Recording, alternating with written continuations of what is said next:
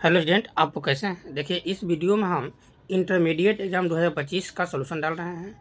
मेरा तबीयत थोड़ा सा ख़राब है, इसलिए आवाज़ थोड़ा साफ नहीं आएगा, लेकिन एग्ज़ाम हुआ है 2025 में। आप लोग बहुत मेहनत किए हैं, उसका सॉल्यूशन है, तो सॉल्यूशन इस वीडियो में डाल रहे हैं। आप लोग पूरा वीडियो देखिएगा। ये हमारा डी है, एक लड़के से पेपर लिए हैं, ठीक है।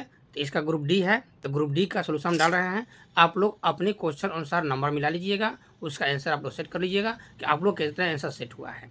70 क्वेश्चन है, 17 क्वेश्चन का हम सॉल्यूशन डालेंगे। तो आप लोग पूरा वीडियो शुरू से अंत तक देखिएगा, लाइक कीजिएगा, सब्सक्राइब कीजिएगा, दोस्तों में शेयर कीजिएगा। तो चलते हैं पहले क्वेश्चन पर। पहला क्वेश्चन क्या है देखते हैं। देखिए, हम लोग का पहला क्वेश्चन है। मेरा तबीयत खराब है, क्वेश्चन धीरे धीरे पढ़ेंगे हम। आप लोग क्वेश्चन देखिएगा। दो समान धनावेशित बिंदु आवेश जिनमें प्रत्येक पर 1 माइक्रो कूलम आवेश है को 1 मीटर की दूरी पर वायु में रखा जाता है, तो निकाय की विद्युत स्थितिज ऊर्जा होगी। पहला ऑप्शन दिया है आपका 1 जूल, दूसरा है 1 इलेक्ट्रॉन वोल्ट, तीसरा है 9 × 10⁻³ जूल, और चौथा ऑप्शन दिया है 0। ये ऑप्शन दिया है, ये आंसर हम नहीं मारे हैं, आंसर अब हम बता रहे हैं क्या होगा। तो देखिए, दिया हम लोग का 9 माइक्रो कूलम, तो 9 माइक्रो कूलम आवेश है। तो आवेश का मान है 1 माइक्रो कूलम आवेश दिया है, तो 1 × 10⁻⁶ कूलम हो जाएगा आवेश। 1 मीटर की दूरी दिया है, तो आर का मान हम लोग का 1 मीटर दिया है, वो सही है। ये आवेश का मान हम लोग का है इतना। हम लोग जानते हैं फॉर्मूला कि V = होता है 1/4πε0 Q/r होता है। तो यहाँ पर 1/4πε का वैल्यू होता है 9 × 10⁻⁹, और Q का मान हो गया 10⁻⁻6, और R का मान हो गया 1 मीटर यानी कि 1। तो यहाँ पर देखिएगा, तो 9 × 10⁻6 में 9 में से 6 गया, क्या हो जाएगा? 3 हो जाएगा। तो इतना हमारा वोल्ट हो गया। लेकिन क्वेश्चन पूछ रहा है स्थितिज ऊर्जा पूछ रहा है। आप लोग ध्यान रखिएगा कि स्थितिज ऊर्जा हम यहाँ बताते हैं कि U = होता है QV। तो Q का मान हो गया हम लोग का, Q का मान देखिए यहाँ पर है ना 10⁻⁻6, तो 10⁻⁻6 है। अभी वोल्ट दिया हम लोग का 9 × 10⁻³ आया है, 3 है। आंसर हो जाना चाहिए हम लोग 9 × 10⁻³ ठीक है। ये इतना जूल हो जाएगा, यानी कि हम लोग का जो सही आंसर होगा पहला का, वो हम लोग का सी जो है, ये जो भी लड़का का सी मारा है उसका करेक्ट सही है। आप लोग आंसर भी देख लिए, सॉल्यूशन भी बता दिए। अब चलते हैं क्वेश्चन नंबर 2 पर। देखिए, क्वेश्चन नंबर 2 है, निम्नलिखित में धारिता का मात्रक कौन सा है? पहला है कूलाम, दूसरा है एम्पियर, तीसरा है वोल्ट, चौथा है कूलाम पर वोल्ट। ठीक है, कह रहा है धारिता का मात्रक पूछ रहा है। ठीक है, तो हम लोग जानते हैं, यहाँ हल्का हिंट देते हैं समझाने के लिए कि आंसर अब क्लियर हो जाएगा कि धारिता बराबर होता है हम लोग का आवेश बाटा विभव। धारिता बराबर होता है आवेश बाटा विभव। तो आवेश का होता है हम लोग का कूलाम, और विभव का वोल्ट होता है, यानी कूलाम पर वोल्ट जो है वही हम लोग का करेक्ट आंसर होगा। तो ऑप्शन आप लोग मिला लीजिए। तो हम लोग का दूसरा का ऑप्शन जो है वो डी हमारा करेक्ट सही है। अब चलते हैं क्वेश्चन नंबर 3 पर। तीसरा क्वेश्चन है, किसी संधारित्र की धारिता निर्भर नहीं करती है। तो किस पर निर्भर नहीं करती है क्वेश्चन है। ऑप्शन है आपका प्लेटों की आकृति पर, दूसरा है प्लेटों के आकार पर, तीसरा है प्लेटों के आवेशों पर, चौथा है प्लेटों के बीच की दूरी पर। संधारित्र की धारिता कह रहा है, तो प्लेटों की आकृति, तो प्लेटों की आकृति पर निर्भर करती है, प्लेटों के आकार पर निर्भर करती है, प्लेटों के आवेश पर निर्भर नहीं करती है। धारिता जो है वो आवेश पर निर्भर नहीं करती है, यानी कि हमारा ये सी नंबर आंसर करेक्ट सही हो जाएगा। अब चलते हैं क्वेश्चन नंबर 4 पर। रहकर हम लोग का किसी आवेशित चालक के बाहरी सतह पर विद्युत क्षेत्र होता है। विद्युत क्षेत्र पूछ रहा है। पहला ऑप्शन दिया आपका सतह के समानांतर, दूसरा है सतह के लंबवत, चौथा है सतह से के साथ 45 डिग्री कोण पर, चौथा है 0। तो इसका आंसर हम लोग का हो जाएगा ये बी नंबर हम लोग का करेक्ट सही आंसर है। ठीक है, अब चलते हैं क्वेश्चन नंबर 5। इस तरह से इस सेट में बहुत सा क्वेश्चन जो है वहाँ अपना जो सेट डाले थे यूट्यूब पर, उसमें बहुत सा क्वेश्चन मिलता हुआ है। आप लोग अगर पढ़ रहे होते तो बहुत क्वेश्चन बनाते। अब चलते हैं क्वेश्चन 5 पर, देखते हैं आंसर। देखिए, यदि किसी चालक को बाहरी विद्युत क्षेत्र में रखा जाए तो चालक के अंदर का क्षेत्र क्या होगा? पहला ऑप्शन है 0, दूसरा है बाहरी क्षेत्र के बराबर, तीसरा है बाहरी क्षेत्र के दुगना, चौथा है बाहरी क्षेत्र के आधा, तो अंदर में कोई आवेश नहीं होता है, इसलिए वहाँ पर क्षेत्र का जो मान होगा वो हम लोग का ये शून्य हम लोग का एक करेक्ट हो जाएगा। अब चलते हैं क्वेश्चन नंबर 6। क्वेश्चन है, विपरीत चिन्ह के दो बिंदु आवेशों के बीच निम्नलिखित में कौन सा कथन सही है। पहला क्वेश्चन दिया है, स्थितिज ऊर्जा हमेशा ऋणात्मक होती है। दूसरा, स्थितिज ऊर्जा हमेशा धनात्मक होती है। तीसरा, स्थितिज ऊर्जा धनात्मक या ऋणात्मक दोनों हो सकती है। चौथा, स्थितिज ऊर्जा शून्य होती है। तो यहाँ पर कह रहा है कि विपरीत चिन्ह दो बिंदु आवेशों के बीच कह रहा है तो ये धनात्मक होगा। ठीक है, तो हम लोग का ये 6 का ये बी आंसर हम लोग का सही बताए थे हम कि मान लीजिए कि ए भी हमारा प्लस है, ए भी प्लस है, थ्योरम बताए थे, तो ए भी हमारा बाहर निकलेगा। इससे इस तरह से सब आवेश बाहर निकलेगा, धनात्मक से सब बाहर निकलता है। ये भी जो है इस तरह से धनात्मक है तो बाहर निकलेगा। तो कह रहा है विपरीत चिन्ह बता रहा है। ठीक है, तो विपरीत मतलब इधर भाग रहा है, इधर भाग रहा है, इधर भाग रहा है, ये इधर भाग रहा है, ये इधर भाग रहा है, इधर भाग रहा है, मतलब का ये दोनों जो है तो धनात्मक है, यानी कि बी हम लोग का ये करेक्ट आंसर हम लोग का बी है। अब चलते हैं क्वेश्चन नंबर 7 पर। 7 क्वेश्चन का, गॉस का नियम कहता है कि किसी बंद सतह से गुजरने वाला विद्युत फ्लक्स, अगर बंद सतह है तो बंद सतह है तो कोई आवेश नहीं है, तो कोई आवेश नहीं है तो विद्युत फ्लक्स का मान क्या हो जाएगा, तो शून्य हो जाएगा। यानी कि पहला ऑप्शन है संलग्न आवेश के समानुपातिक ये नहीं होगा। दूसरा, संलग्न आवेश के विद्युत अनुपात ये नहीं होगा, शून्य होता है। तो यही हम लोग का ये सी नंबर हम लोग का करेक्ट आंसर हो जाएगा 7 का। अब चलते हैं क्वेश्चन नंबर 8 पर। देखिए 8 क्वेश्चन हो हम डाले थे कि इसमें ये हमारा इंपॉर्टेंट क्वेश्चन है। किलोवाट घंटा मात्रक है। पहला ऊर्जा का, दूसरा शक्ति का, बल आघूर्ण का और बल का। ठीक है, तो शक्ति का वाट होता है, बल आघूर्ण का टर्क होता है, बल का न्यूटन होता है।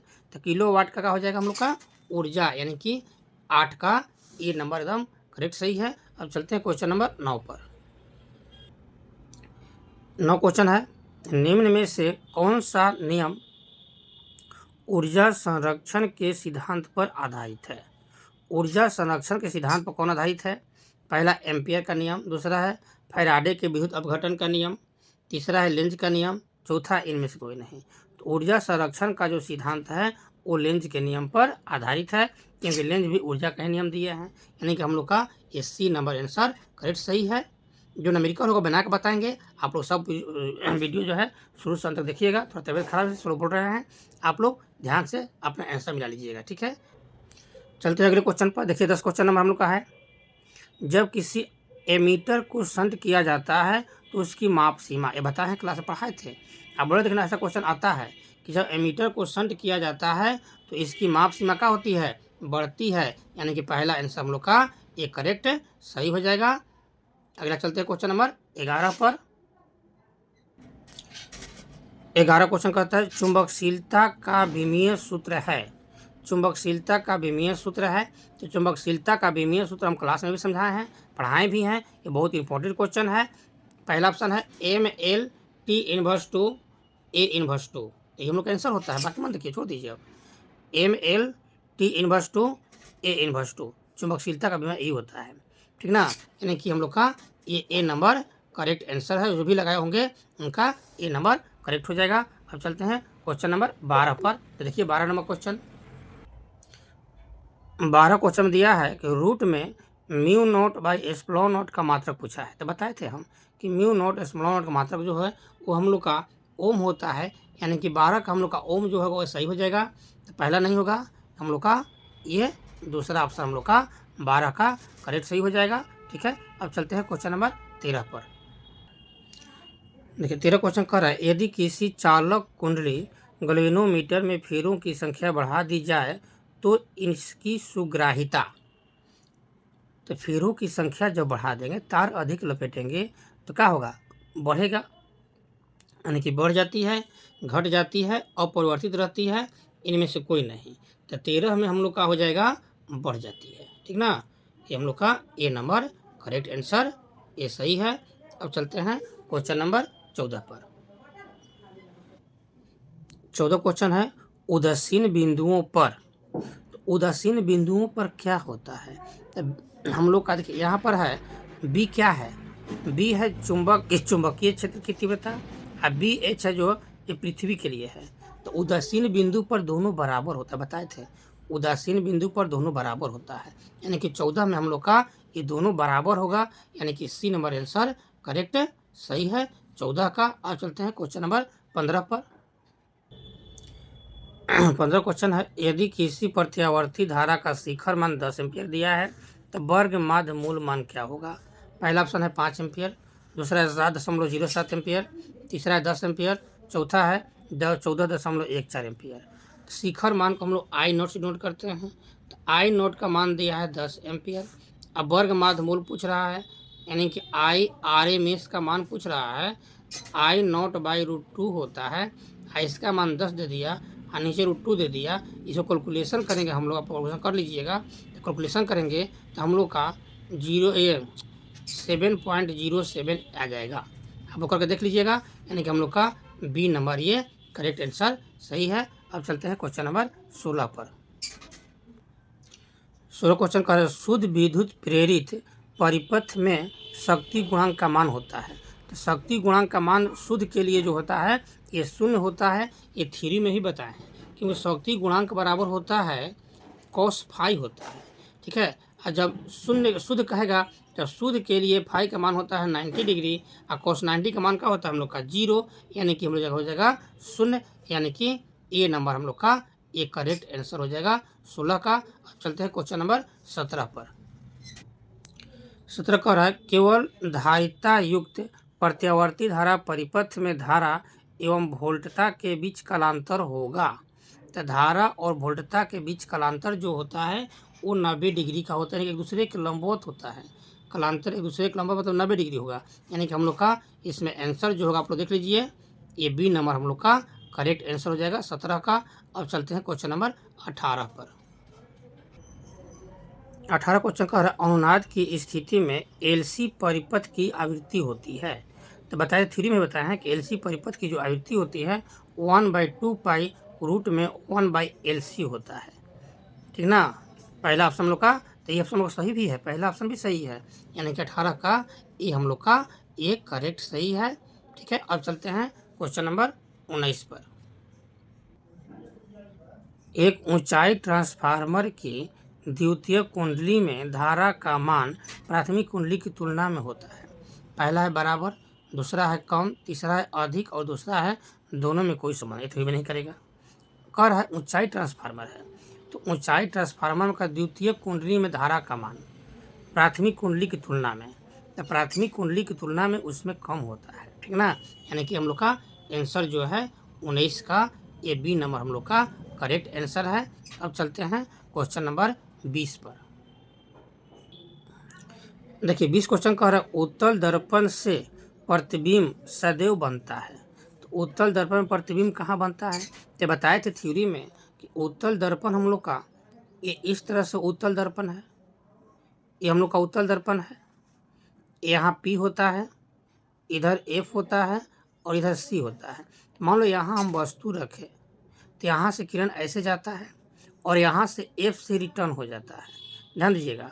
तो F को उधर तो किरण गया नहीं, तो हमेशा जो है P और F के बीच में ही प्रतिबिंब बनेगा। ऐसे प्रतिबिंब बनाते हुए दिखाए हैं, तो F और P के बीच में प्रतिबिंब बनता है। तो क्वेश्चन ही ना है कि उत्तल दर्पण में हमेशा बनता है कहाँ, तो P और F के बीच में, यानी कि ध्रुव और फोकस के बीच में। तो चलते ऑप्शन कौन होगा हम लोग का, पहला वक्रता केंद्र और फोकस भी होने कहीं, फोकस वक्रता के अनंत के बीच भी नहीं होगा, ध्रुव और फोकस के बीच, यानी कि P और F के बीच, यानी कि हम लोग का ये C नंबर जो है यही आप लोग करेक्ट आंसर मारिएगा, मारे होंगे तो सही है। यानी कि अब चलते हैं क्वेश्चन नंबर 21 पर। देखिए 21 क्वेश्चन नंबर देखिए आप लोग कैसा क्वेश्चन है, कैसे बहुत आगे का क्वेश्चन है। एक क्वेश्चन हम थ्योरी में डाले हैं, नोट्स में भी डाले हैं और ऑब्जेक्टिव क्वेश्चन में भी डाले हैं। ये क्वेश्चन बहुत इंपॉर्टेंट है, ऐसा क्वेश्चन 2 नंबर अगर में पूछता है। कहा यदि किसी माध्यम से निर्वात में संपूर्ण आंतरिक परिवर्तन के लिए क्रांति कोण 30 डिग्री दिया है, तो उस माध्यम में वेग पूछ रहा है। तो क्रांति कोण दिया है तो पहले हम लोग म्यू निकाल लेते हैं अपवर्तनांक, तो म्यू इक्वल टू होता है 1/sin IC, क्रांति कोण हो गया, तो 1/sin 30 डिग्री, तो 1/2 हो जाएगा, sin 30 का मान हो जाएगा, यानी कि 2 हो जाएगा। ये म्यू का मान हम लोग का 2 हो गया और वेग पूछ रहा है, यानी कि C पूछ रहा है। तो C बराबर होता है CO/μ, और CO का मान होता है 3 × 10⁸ और इसका मान 2 दिया है, हो गया हम लोग का 2, तो 2 से ए हो जाएगा 1.5। ऑप्शन पर मिला लीजिए। तो जो लोग अपना ए बी आंसर मारा होगा उसका बलय बलय है। ए बी नंबर आंसर हम लोग का करेक्ट सही है। ठीक है, अब चलते हैं क्वेश्चन नंबर 22 पर। इसी तरह से पूरा क्वेश्चन का सोल्यूशन धीरे धीरे हम बता देंगे। मेरा थोड़ा तबीयत खराब है, इसे थोड़ा स्लो बोलेंगे, आप लोग खाली आंसर समझ जाइएगा। ठीक है, फिर क्लास में ऐसा समझा देंगे। अब चलते हैं क्वेश्चन नंबर 22 पर। देखिए 22 क्वेश्चन का हम लोग का 22 क्वेश्चन आप लोग देख लीजिए। दो आवेशों के बीच की दूरी आधी कर दी जाए तथा एक आवेश को भी आधा कर दिया जाए तो दोनों के बीच लगने वाला बल पहले की अपेक्षा हो जाएगा। तो हम लोग जानते हैं फार्मूला कि बल F is equal to formula होता है हम लोग का 1/4πε0 Q1 into Q2 by are square होता है। तो कह रहा हम लोग का, ये ध्यान रखिए क्वेश्चन पर क्या कह रहा है कि दो आवेशों के बीच की दूरी आधी कर दी जाए। बीच की दूरी आधी कर दी जाए यानी कि आर को आधा कर रहा है, ध्यान रखिएगा। तो आर को आधा मतलब स्क्वायर है, तो आर स्क्वायर बाई 4 हो जाएगा। ये मेन डिवाइड है। एक आवेश को भी आधा करता है, एक ही आवेश आधा करता है। तो मान लेते हैं एक Q1 है और Q2 को आधा करता है, तो Q/2 हो जाएगा। इसी को कैलकुलेशन करना है। तब यहाँ देखिए 1/4πε हो जाएगा। यहाँ कैलकुलेशन करेंगे तो ऊपर में हम लोग हो जाएगा Q1 Q/2 और मेन डिवाइड में हो जाएगा हम लोग का आर स्क्वायर बाई 4। अब इसको आगे बढ़ते हैं, देखिए यहाँ पर 1/4πε0 Q1 Q/2 हो जाएगा और यहाँ पर 4/r² हो जाएगा। तो 2 से 2 कैंसिल हो जाएगा यानी कि 1/4πε0 Q1 इंटू Q/r² ऊपर क्या हो जाएगा यहाँ 2, यानी कि हम लोग का दोगुना हो जाएगा। ठीक ना, दोगुना हो जाएगा यानी कि 22 क्वेश्चन का हम लोग का ये बी नंबर क्वेश्चन जो है ये करेक्ट सही है। आप लोग जो भी लोग अपना बी नंबर मारे होंगे तो अपने आंसर के साथ मिला लिए कि हमारा बी नंबर एकदम करेक्ट सही है। रिजल्ट आप लोग का आने वाला है। तब चलते हैं क्वेश्चन नंबर 23 पर। देखिए 23 क्वेश्चन कह रहा है एक इलेक्ट्रॉन को विभवांतर भी के अधीन विराम से त्वरित करने पर इसकी चाल होगी। तो हम लोग जानते हैं कि चाल जो है वो वोल्ट के समानुपाती होता है। उस स्थिति में हम लोग ए नंबर आंसर इसको करेक्ट कर लेंगे। अब चलते हैं क्वेश्चन नंबर 24 पर। 24 क्वेश्चन है इलेक्ट्रॉन पर विशिष्ट आवेश होता है। इलेक्ट्रॉन पर विशिष्ट आवेश कितना होता है? पहला ऑप्शन दिया है 1.8 × 10⁻⁻⁰। आप लोग ऐसा सब देख लीजिए ना, ऑप्शन देख लीजिए। ठीक है, अब आंसर कौन होगा देखिए आप लोग। तो विशिष्ट आवेश कह रहा है, विशिष्ट आवेश का मान पूछ रहा है। तो विशिष्ट आवेश बराबर होता है हम लोग का आवेश बाटा द्रव्यमान। तो आवेश का मान होता है इलेक्ट्रॉन पर 1.6 × 10⁻⁻19 और द्रव्यमान का मान होता है 9.1 × 10⁻31। ऐसे कैलकुलेशन आप लोग कीजिएगा। जब कैलकुलेशन कीजिएगा तो आप लोग लगभग आंसर आएगा 1.8 × 10⁻11, यानी कि हम लोग का ये सी नंबर जो है आंसर करेक्ट हो जाएगा। अब चलते हैं क्वेश्चन नंबर 25 पर। 25 क्वेश्चन कह रहा है कि संधारित्रों के समानांतर संयोजन में प्रत्येक संधारित्र के लिए कौन सी राशि समान होती है? तो जब समानांतर कहता है ना, तो समानांतर कहता है तो विभवांतर समान होता है और श्रेणी कहता है तो आवेश होता है। समानांतर कह रहा है ना, इसलिए हम लोग का विभवांतर यानी कि 25 का हम लोग का ये सी नंबर आंसर सही हो जाएगा। जो भी अपना लड़का सी मारा होगा उसका बल्ले बल्ले है। अब चलते हैं क्वेश्चन नंबर 26 पर।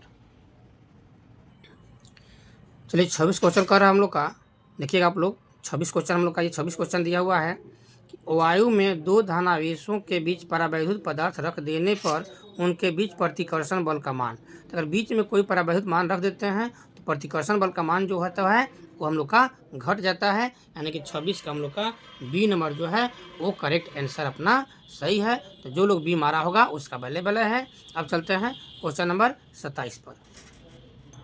देखिए आप लोग 27 क्वेश्चन को ध्यान से देखिएगा। 27 क्वेश्चन में है 0.2 माइक्रो कूलाम जो दिया है ये क्वेश्चन में गलत है। अगर ये क्वेश्चन को अनुसार ऑप्शन मिलाया जाएगा तो आपका ऑप्शन नहीं आएगा। ठीक ना, क्योंकि दूरी दिया है 3 सेंटीमीटर और परावैद्युत द्विध्रुव आघूर्ण पूछ रहा है। तो द्विध्रुव आघूर्ण बराबर होता है Q इंटू 2L। फॉर्मूला पढ़ाए हैं। तो Q का मान हम लोग का कितना दिया है 0.2 कह रहा है, ध्यान रखिएगा। तो 0.2 कह रहा है। अब माइक्रो कुलाम को कुलाम में चेंज करेंगे तो 10⁻⁻6 हो जाएगा। और 2L का मान कितना दिया है 3, तो 3 सेंटीमीटर दिया है। तो 3 इंटू 10⁻⁻2 हो जाएगा। तो अब कैलकुलेशन करेंगे तो 3 दूनी 6 यानी कि 0.6 गुना 10⁻8 होना चाहिए, जो कि ऑप्शन में नहीं है। ये 6 कब आएगा जब यह 0.2 के जगह पर दूर रहेगा, तब यह 3 दूनी 6 हो जाएगा, ठीक ना। इसलिए आपका ये क्वेश्चन गलत है और नहीं तो ऑप्शन गलत है, ठीक है। अगर दोनों में से कोई एक सुधरेगा तो आप लोग का आंसर होगा यही 0.6 गुना 10⁻⁻8 कुलाम पर मीटर, कुलाम मीटर। आप लोग आंसर ध्यान रखिएगा और नहीं तो ये बिहार बोर्ड की गलती है, क्वेश्चन में गलत है नहीं तो ऑप्शन में गलत है, ठीक ना। तो 27 का आंसर हम लोग क्लियर नहीं कर पाएंगे ऑप्शन के अनुसार, इस क्वेश्चन के अनुसार। तो चलते हैं क्वेश्चन नंबर 28 पर, देखते हैं 28 कैसा क्वेश्चन है। एक बंद पृष्ठ के भीतर n विद्युत द्विध्रुव स्थित है। बंद पृष्ठ के निर्गत कुल विद्युत फ्लक्स का मान पूछ रहा है। बंद पृष्ठ के भीतर पूछ रहा है तो अंदर कोई आवेश नहीं होता है, इसलिए मान इसका शून्य होगा, यानी कि ऑप्शन कौन हो जाएगा आप लोग देख लीजिए। आप लोग का आंसर जो है ये डी नंबर आप लोग का ये करेक्ट आंसर है। तो जो लोग डी नंबर मारे होंगे उनका करेक्ट अपना बले बले है। अब चलते हैं क्वेश्चन नंबर 29 पर। इस तरह से 70 क्वेश्चन का आंसर बताएंगे, आप लोग पूरा क्वेश्चन मिला लीजिएगा अपना, आप बले बले कीजिएगा। चलिए क्वेश्चन नंबर 29 पर। 29 क्वेश्चन कह रहा है कि समान आयाम एवं समान तरंग की दो प्रकाश तरंगें अध्यारोपित की जाए तो परिणामी तरंग का आयाम महत्तम होगा जब उनके बीच कलांतर, जब उनके बीच कलांतर का मान शून्य होगा तो आयाम का मान महत्तम होता है, यानी कि हम लोग का आंसर नंबर ए जो है वो करेक्ट है। अब चलो क्वेश्चन नंबर 30 पर। 33 क्वेश्चन कह रहा है ध्रुवित प्रकाश में कंपन तल एवं ध्रुवित तल के बीच का कोण। तो दोनों तलों के बीच का कोण जो होता है वो हम लोग का 90 डिग्री होता है। जब ध्रुवन कहेगा तब, अगर विश्वत रह कहेगा तो जरूरी मार देना, ध्यान रखिएगा। अगर ध्रुवन कहता है, ध्रुव कहता है तो 90 डिग्री, अब विश्व कहता है तो 0 डिग्री। लेकिन इसमें ध्रुव कह रहा है, आप लोग का बोर्ड एग्जाम में क्वेश्चन आया हुआ है, तो इसलिए 90 डिग्री यानी कि 30 का हम लोग का ये सी नंबर आंसर करेक्ट सही है, बल्ले बल्ले है 30 पर। अब चलते हैं क्वेश्चन नंबर 31 31 पर। 31 क्वेश्चन है हम लोग का। 31 क्वेश्चन कह रहा है कि निम्नलिखित में कौन सी विद्युत चुंबकीय तरंगें नहीं है। विद्युत चुंबकीय तरंगें नहीं है। आप लोग ऑप्शन देखिए, आप लोग ऑप्शन मिला हो क्वेश्चन में। 31 क्वेश्चन देख लीजिएगा आप लोग कौन है उस आप लोग का सेट में। ये हम लोग का डी सेट है। डी सेट का आंसर बता रहे हैं। पहला ऑप्शन है अल्फा किरणें, दूसरा है गामा किरणें, तीसरा अवरक्त और एक्स किरणें। तो विद्युत चुंबकीय तरंग जो है वो गामा किरण है, अवरक्त किरण है, एक्स किरण है, अल्फा किरण नहीं है, क्योंकि अल्फा बीटा जो है वो रेडियो एक्टिविटी पदार्थ से निकलता है, ठीक ना। यानी कि हम लोग का ये नहीं जब कह रहा है तो ए नंबर हम लोग का ये करेक्ट आंसर है 31 का। अब चलते हैं क्वेश्चन नंबर 32 पर। 32 क्वेश्चन कह रहा है, देख लीजिए आप लोग 32 क्वेश्चन देख लिए, आप लोग के पास पेपर में होगा, मिला लीजिए कौन क्वेश्चन आप लोग का है। किसी द्रव्यात्मक माध्यम में विद्युत चुंबकीय तरंग की चाल निर्भर नहीं करती है। पहला है इसके तरंग दैर्ध्य पर, दूसरा इसकी आवृत्ति पर, तीसरा इसकी तीव्रता पर, चौथा इसकी परावैद्युतता पर। तो निर्भर चाल जो है निर्भर नहीं करती है, तो चाल निर्भर नहीं करती हम लोग का तीव्रता पर, यानी कि हम लोग का ये सी नंबर करेक्ट सही है। बल्ले बल्ले वाला जो है हम लोग का 32 का सी नंबर है। अब चलते हैं क्वेश्चन नंबर 33। इस वीडियो में डी सेट है, ये क्वेश्चन जो है जिस लड़का से लिए हैं उसका ये डी सेट है। आप लोग जो भी सेट होगा क्वेश्चन आप लोग मिला लीजिएगा, आप लोग कौन सेट है, ठीक ना। अब चलते हैं क्वेश्चन नंबर 33 पर। देखिए 33 क्वेश्चन आप लोग देखिए, कह रहा है प्रकाश विद्युत उत्सर्जन की घटना में आपतित प्रकाश की तीव्रता बढ़ने पर प्रकाश विद्युत धारा, तो प्रकाश विद्युत धारा की जो मान होती है वो हम लोग का वो बढ़ती है, यानी कि हम लोग का ए नंबर जो लड़का मारा होगा उसका इसमें भी भले भले है। अब चलिए क्वेश्चन नंबर 34 पर। देखिए 34 क्वेश्चन कह रहा है किसी गतिमान कण से संबंध डी ब्रोगली तरंग की तरंग दर निर्भर नहीं करती है। ये भी कह रहे निर्भर नहीं करती है। पहला है द्रव्यमान पर, द्रव्यमान पर निर्भर करती है, दूसरा है आवेश पर, अगला है वेग पर, चौथा है संवेग पर। तो हम लोग का आवेश पर जो है वो निर्भर नहीं करती है, यानी कि इसमें हम लोग का ए बी नंबर जो है वो करेक्ट आंसर है। अब चलते हैं क्वेश्चन नंबर 35 पर। देखिए 35 क्वेश्चन जो है ए भी हमारा गलत लग रहा है, बोर्ड ऑफिस के अनुसार ये गलत है, क्वेश्चन कौन सा गलत है और बोर्ड ऑफिस जो किस स्तर पर अपना ऑप्शन दिया है वो अपना समझेगा। तो हम लोग का ये दूसरा क्वेश्चन गलत मिल रहा है, पहला क्वेश्चन पीछे मिल गया था बता दिए हैं, ये भी क्वेश्चन गलत लग रहा है, इसको सोल्यूशन करके हम बता देते हैं। क्वेश्चन है फोटोनों की गति द्रव्यमान का सूत्र पूछ रहा है, गति द्रव्यमान का सूत्र पूछ रहा है। तो हम लोग जानते हैं कि E = mc² होता है, m का मान पूछ रहा है तो m = E/c² कर सकते हैं, c इधर आ जाएगा ना, c² कर सकते हैं। E मतलब ऊर्जा है, ऊर्जा का फॉर्मूला होता है हम लोग का hc/λ, c² है तो यहाँ c² होगा ही, एगो c से एगो c कैंसिल हो जाएगा, यानी कि h/c⍵। h/c⍵ रहता तो उसको हम ऑप्शन में मार देते, लेकिन h/c⍵ जो है ये चारों ऑप्शन में कोई नहीं है, इसलिए इसमें हमारा आंसर जो होगा h/c⍵ होगा। आप लोग 35 क्वेश्चन में जो लड़का अपना h/c⍵ मारा होगा उसका सही होगा, लेकिन इसमें तो ऑप्शन है नहीं, इसलिए बोर्ड ऑफिस के चलते आप लोग का आंसर ये 35 का गलत है। तो अब चलते हैं क्वेश्चन नंबर 36, इसको आप लोग बोर्ड ऑफिस पर केस कीजिएगा। हम लोग का अभी तक 2 क्वेश्चन मिला है, अब आगे चलते हैं, कौन क्वेश्चन मिलता है देखते हैं, मिलाते हैं। आप लोग पूरा वीडियो शुरू से अंत तक देखिए, आप लोग का कौन आंसर सही है कौन गलत है और कौन बोर्ड ऑफिस के अनुसार गलत है वो भी आप लोग क्लियर हम करते चलेंगे। तब चलते हैं क्वेश्चन नंबर 36 पर। चलिए 36 क्वेश्चन कर, यदि समान फोकस दूरी के 2 अभिसारी लेंस एक दूसरे के संपर्क में रखे हों तब संयोग की फोकस दूरी है। पहला ऑप्शन दिया है f, दूसरा दिया है 2f, तीसरा दिया है f/2, चौथा दिया है 3f। क्या होगा? तो हम लोग जानते हैं फॉर्मूला, f = होता है f1 × f2 f1 + f2। ठीक है, तो करें समान फोकस दूरी, तो f1 f2 दोनों समान है, तो f1 f2 जब समान हो जाएगा तो ऊपर हो जाएगा f × f और नीचे दोनों f जोड़ देंगे f + f, यानी कि f × f/2f हो जाएगा, एक f से f कैंसिल हो जाएगा, यानी कि f/2 हम लोग का करेक्ट हो जाएगा आंसर, यानी कि आंसर में कौन सही हो जाएगा C। तो C जो आंसर हमारे होंगे उनका भले है। अब चलते हैं क्वेश्चन नंबर 37। 37 क्वेश्चन है, एक उत्तल लेंस की क्षमता 2 डायोप्टर है जिसकी फोकस दूरी पूछ रहा है। पहला ऑप्शन 20 सेंटीमीटर, दूसरा 50 सेंटीमीटर, तीसरा 40 सेंटीमीटर, चौथा 60 सेंटीमीटर है। क्षमता दिया है P दिया है, तो P = 2 डायोप्टर दिया है। F पूछ रहा है तो F = होता है 100/P, यानी कि 100/2 कर देंगे, यानी कि 50 आंसर हम लोग का करेक्ट हो जाएगा। तो हम लोग का 37 का ये D नंबर जो है ये करेक्ट सही है, जो भी आंसर हमारे होंगे उनका भले है। अब चलते हैं क्वेश्चन नंबर 38 पर।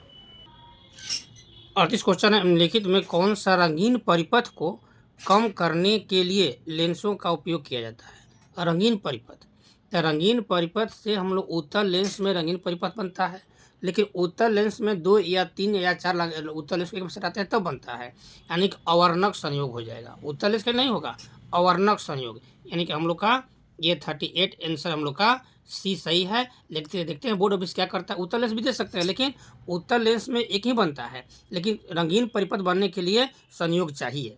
तो चलते हैं क्वेश्चन नंबर 39 पर।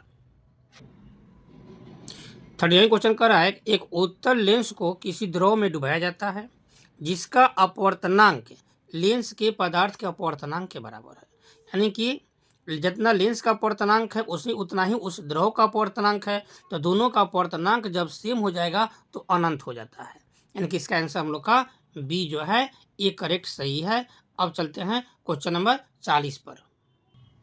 40 क्वेश्चन करें, साबुन के बुलबुले रंगीन दिखाई पड़ते हैं, तो साबुन के बुलबुला में 2 सतह है, ठीक है, और जब 2 सतह होता है तो प्रकाश का परावर्तन होता है, और प्रकाश के परावर्तन के कारण जो है दिखाई देता है, इसलिए 40 में जो हम लोग का परावर्तन जो है वही आंसर हो जाएगा, यानी कि 40 का हम लोग का D नंबर जो है एक करेक्ट आंसर है। अब चलते हैं क्वेश्चन नंबर 41 पर।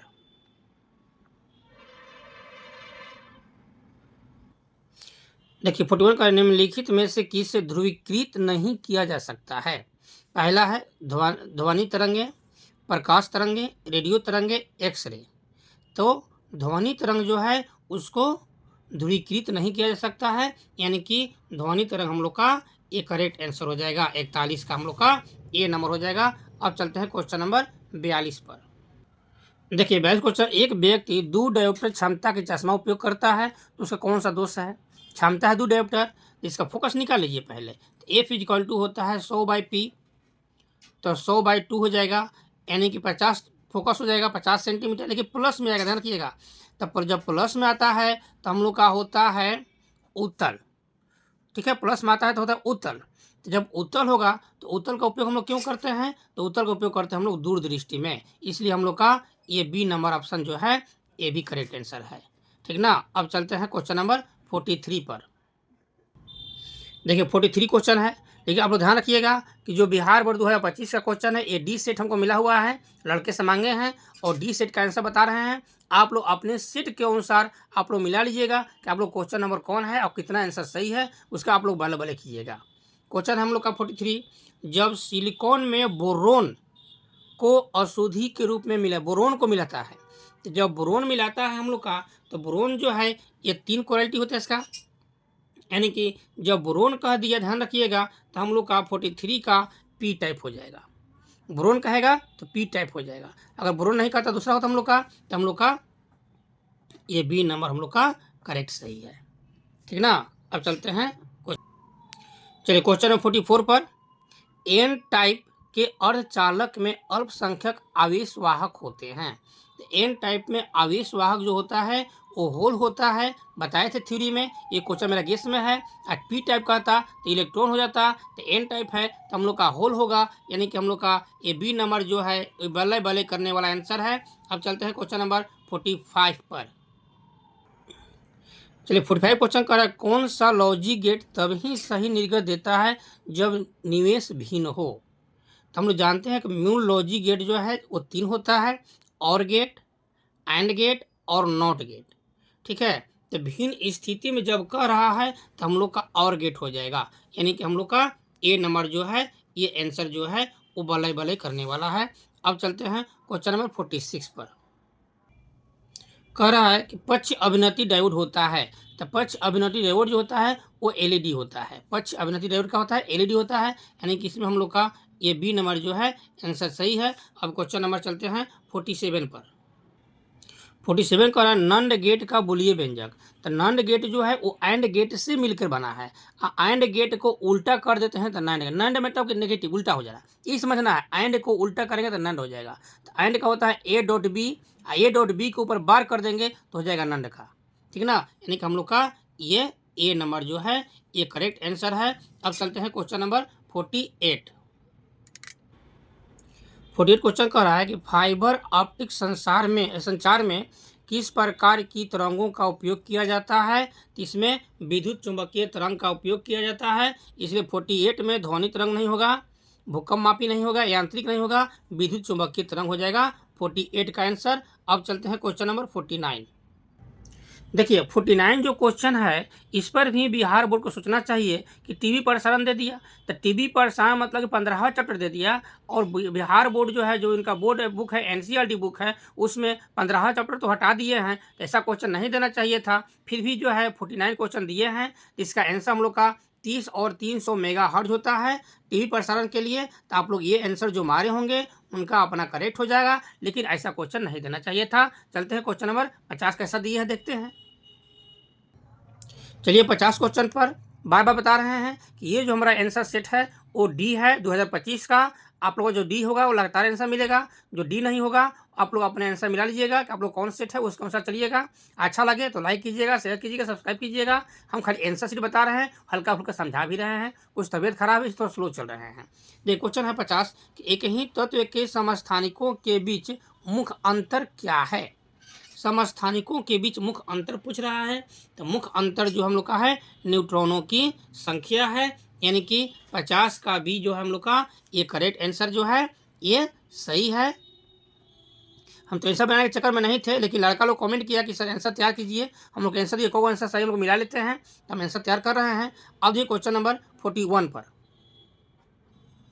सॉरी 51 क्वेश्चन हम लोग का है। 51 नंबर क्वेश्चन देखिए, निम्नलिखित में कौन सा रेडियोधर्मी क्षय का प्रकार नहीं है? तो रेडियो धर्मी क्षय में अल्फा बीटा गामा होता है। रेडियो एक्टिविटी की जो क्रिया होती है उसमें अल्फा बीटा गामा होता है, इसलिए अल्फा होगा, बीटा होगा, गामा होगा, ये डी नंबर नहीं होगा। तो 51 का हम लोग का डी नंबर आंसर करेक्ट सही है। अब चलते हैं क्वेश्चन नंबर 52 पर। चलिए ये हमारा डी ग्रुप है, 52 क्वेश्चन नंबर है। 500 नैनोमीटर तरंग दैर्ध्य वाले फोटोन की ऊर्जा पूछ रहा है, जिसमें सी का मान दिया है, एच का मान दिया है। अब फोटोन की ऊर्जा हम लोग जानते हैं फॉर्मूला कि E इजकल टू होता है h c by lambda. H का मान दिया हम लोग का 6.626 गुना 10 की पावर -34 यहाँ दिया हुआ है।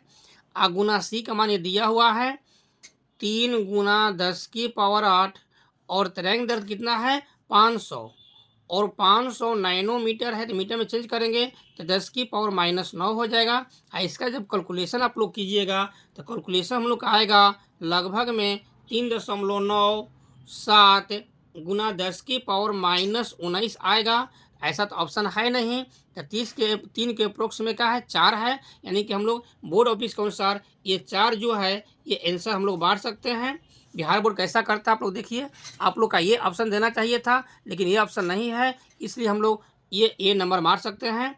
आप लोग क्वेश्चन नंबर देखिए अब 53 क्वेश्चन 53 क्वेश्चन, हाइड्रोजन स्पेक्ट्रम की कौन सी श्रेणी दृश्य भाग में पड़ती है? तो दृश्य भाग में लाइमर श्रेणी पड़ती है, बताइए किए हैं। दृश्य भाग में लाइमर, तो बहुत अच्छा क्वेश्चन है। लाइमर श्रेणी यानी कि ए नंबर हम लोग का ये करेक्ट आंसर है, लाइमर श्रेणी क्लियर है हम लोग का। अब चलते हैं क्वेश्चन नंबर 44 पर 54 पर सॉरी, यानी कि 54 क्वेश्चन है। निम्नलिखित में कौन आवेश रहित कण है? तो आवेश रहित कण जो है अल्फा पर कण होता है, बीटा पर होता है, प्रोटॉन पर होता है, फोटोन पर नहीं होता है, इसलिए हम लोग का ये डी नंबर जो है वो सही क्वेश्चन है। ये हम लोग का हो गया 54 अब चलते हैं क्वेश्चन नंबर 55 को है एक्स किरणें है, तो एक्स किरणें क्या है विद्युत चुंबकीय तरंग है, दिया ऑप्शन में। हाँ, एक्स किरण जो है ये विद्युत चुंबकीय तरंग है, डी नंबर हम लोग का आंसर जो है वो करेक्ट है, सही है। अब चलिए क्वेश्चन नंबर 56 का 1 AMU एटॉमिक मास यूनिट की तुल्य ऊर्जा है, तो 1 AMU बराबर होता है 931 मेगा इलेक्ट्रॉन वोल्ट, यानी कि इसमें भी हम लोग का ये डी नंबर जो है वो आंसर सही है 56 का। अब क्वेश्चन नंबर चलिए 57 का क्वेश्चन में डू हम लोग ग्रुप है कि 100 माइक्रोफैराड धारिता वाले संधारित्र को 100 वोल्ट तक आवेशित करने पर उसमें संचित ऊर्जा होगी। आप लोग ऑप्शन सब देख लीजिए, अपना आंसर मारे होंगे, हम बता रहे आंसर कौन होगा। ऊर्जा पूछ रहा है तो हम लोग जानते हैं फॉर्मूला कि U इजकल टू होता है 1/2 CV², तो 1/2 और C का मान कितना दिया है 100 माइक्रोफैराड, तो 100 माइक्रोफैराड को चेंज करेंगे तो 100 × 10 के पावर -6 हो जाएगा, और 100 वोल्ट है भी है तो 100 × 100 हो जाएगा, तो ये 100 से कैंसिल कर दीजिए 50 बार में, तो यहाँ हो जाएगा हम लोग का 10 की पावर ये 6 है ना, ये 2 है यानी कि -4, ठीक है, गुना 10 के पावर यहाँ पर देखिए 2 है यहाँ 1 है, तो 10 की पावर 3 प्लस हो जाएगा और 5 हो जाएगा, यानी कि 5 गुना 10 की पावर -1 यानी कि 0.5 जो हम लोग का करेक्ट आंसर है, यानी कि ए नंबर हम लोग का ये सही आंसर है। अब चलिए क्वेश्चन नंबर 58 पर 58 क्वेश्चन का निम्नलिखित में किसका मात्रक वोल्ट पर मीटर है? तो वोल्ट पर मीटर जो होता है विद्युत क्षेत्र का मान होता है, तो क्लियर है बतावे किया है, यानी कि हम लोग का ये सी नंबर 58 का करेक्ट सही है, तो 58 का सी कर लीजिए। अब यहीं पर आप लोग 59 क्वेश्चन देख लीजिए, 58 हो गया हम लोग का, ये 59 इधर आओ जी, उधर कहते जा रहा है, देखिए 59 क्वेश्चन में कह रहा है कि विद्युत चालन में चालक से मुक्त इलेक्ट्रॉनों का अपवाह वेग दिया है भी एवं चालक के सिरों के बीच में लगे विभवांतर भी के बीच संबंध पूछ रहा है, तो ये हम लोग का संबंध होता है भी के अनुक्रमानुपाती यानी कि समानुपाती होता है, यानी कि हम लोग का ये ए नंबर जो है ये करेक्ट आंसर है 59 का। अब चलिए क्वेश्चन नंबर 60 पर देखिए 60 क्वेश्चन है, एक चालक की वोल्टता भी तथा धारा I के बीच ग्राफ एक सरल रेखा है जो y अक्ष से थीटा कोण बनाती है तो चालक का प्रतिरोध होगा। ये थ्योरी में बताए हैं, ये हम लोग गेस क्वेश्चन है। इसका आंसर हम लोग का tan थीटा होगा, यानी कि 60 का हम लोग का ए नंबर जो है ये करेक्ट सही है। तो 60 का ए कर लेते हैं। अब चलते हैं 61 पर। 61 है, विद्युत परिपथ की शक्ति होती है। ये भी क्वेश्चन बताए हैं कि विद्युत परिपथ की जो शक्ति हो है, यानी कि P का वैल्यू है ये V² होता है, यानी कि आंसर हम लोग का ये सी जो है ये करेक्ट आंसर सही है। अब चलिए क्वेश्चन नंबर 62। 62 क्वेश्चन है, ताप बढ़ने के साथ अर्धचालक का प्रतिरोध। तो जब टेम्परेचर बढ़ता है तो प्रतिरोध घटता है, यानी कि आंसर हम लोग का बी नंबर सही है। जो लोग बी मारा होगा उसका बल्ले बल्ले है बिहार बोर्ड के अनुसार। अब चलिए क्वेश्चन नंबर 63। 63 क्वेश्चन है, निम्नलिखित में कौन सा प्रतिरोध को वेग में प्रतिरोध का फॉर्मूला पूछ रहा है। तो पढ़े भी किया है कि प्रतिरोध का फॉर्मूला हम लोग का R = होता है रो एल बाई ए। तो रो एल बाई ए जो होगा वो सही है, यानी कि हम लोग का ये पहला आंसर हम लोग का ये सही है 63 का। अब चलिए क्वेश्चन नंबर 64। 64 क्वेश्चन का लौह चुंबकीय पदार्थ के लिए अपेक्षित चुंबकशीलता μr का मान पूछ रहा है। तो लौह चुंबकीय पदार्थ के लिए अपेक्षित चुंबकशीलता का मान जो होता है 1 से कम होता है, 1 से कम होता है, यानी कि ये भी ऑप्शन हो सकता है और ये भी ऑप्शन हो सकता है। अब देखिए बिहार बोर्ड अपना कौन ऑप्शन बना रहा है, ऐसे ये भी आंसर सही है, ये भी आंसर सही है, लेकिन हमारे ख्याल से ज़्यादा ये आंसर सही है, ऐसे ये भी आंसर इसका सही है, ठीक ना। यानी कि 64 का सी और डी दोनों सही है। और बिहार बोर्ड कैसा अपना आंसर शीट तैयार करता है उसका अनुसार देखिए आप लोग। तो क्वेश्चन नंबर 64 हो गया। अब चलिए क्वेश्चन नंबर 65 पर। 65 क्वेश्चन का R1 R2 R 65 क्वेश्चन है, R1 R2 R3 प्रतिरोधों के श्रृंखला परिपथ में प्रत्येक प्रतिरोध से प्रवाहित धारा। तो श्रृंखला कह रहा है R1 R समान हो गई तो धारा समान बहता है। तो हम लोग का पहला आंसर सही है। अगर आप लोग आंसर नहीं मारे हो तो गलत कर रहे हैं। इसका पहला आंसर हम लोग का सही है, 65 हो गया। अब चलिए क्वेश्चन नंबर 66 66 कह रहा है 66 क्वेश्चन कि धारा घनत्व की इकाई है। तो हम लोग जानते हैं कि धारा घनत्व बराबर फार्मूला होता हम लोग का है धारा बाटा क्षेत्रफल। तो धारा का एम्पियर हो जाएगा, इसका मीटर स्क्वायर होता है, यानी कि एम्पियर पर मीटर स्क्वायर जो होगा वो हम लोग का सही आंसर हो जाएगा। तो मिला लीजिए, यानी कि हम लोग का ये सी नंबर जो है ये करेक्ट सही है 66 का। अब चलिए क्वेश्चन नंबर 67। 67 क्वेश्चन है, यदि किसी चालक की लंबाई दुगना कर दी जाए और उसके ऊपर लगाई गई विभवांतर को स्थिर रखा जाए, माने विभवांतर में कोई चेंजिंग नहीं कर रहा है, तो इलेक्ट्रॉनों का अफवाह वेग पूछ रहा है। तो अफवाह वेग का फार्मूला है कह रहा हम लोग का कि लंबाई दुगना करा। तो ये जो लंबाई है इस लंबाई को दुगना कर रहा है, लंबाई को दुगना कर रहा है, तो अफवाह वेग का जो वैल्यू है क्या हो जाएगा 1/2 हो जाएगा ना, आधा हो जाएगा। आधा मतलब कि हम लोग का ये सी नंबर आंसर सही है। अब चलिए क्वेश्चन नंबर 68। 68 क्वेश्चन कर हम लोग का कि धारा वहन करने वाले परिनालिका के अंदर चुंबकीय क्षेत्र की दिशा होती है। तो चुंबकीय क्षेत्र की जो दिशा होती है, मान लो परिनालिका है तो इस तरह से परिनालिका है, तो ये अक्ष पर होता है, इससे अक्ष पर होता है, इससे अक्ष पर होता है, अक्ष क्या हो जाएगा समानांतर हो जाएगा, यानी कि हम लोग का ये बी नंबर आंसर सही है 68 का। अब चलिए 69 और 70 क्वेश्चन देख लेते हैं। ये पूरा हम आंसर जो डी सेट के बता रहे हैं, ये 69 क्वेश्चन नंबर है। निम्नलिखित में कौन सा उपकरण विद्युत चुंबकीय प्रेरण के सिद्धांत पर आधारित है। तो विद्युत चुंबकीय प्रेरण के सिद्धांत पर डायनेमो होता है, और डायनेमो ही हम लोग का जनरेटर है, यानी कि हम लोग का ये सी नंबर जो है ये करेक्ट आंसर है 69 का। अब ये क्वेश्चन नंबर 70। इस तरह से 17 क्वेश्चन का आंसर मिला दिए हैं। आप लोग अपना आंसर मिलाकर अपना बल्ले बल्ले कीजिएगा, ठीक है। और लॉन्ग शॉर्ट क्वेश्चन अपना देख लीजिएगा, लॉन्ग शॉर्ट क्वेश्चन का भी अगला वीडियो में डालेंगे, आप लोग ये पूरा वीडियो देखिएगा, ठीक है। तब चलते हैं क्वेश्चन नंबर 70 पर।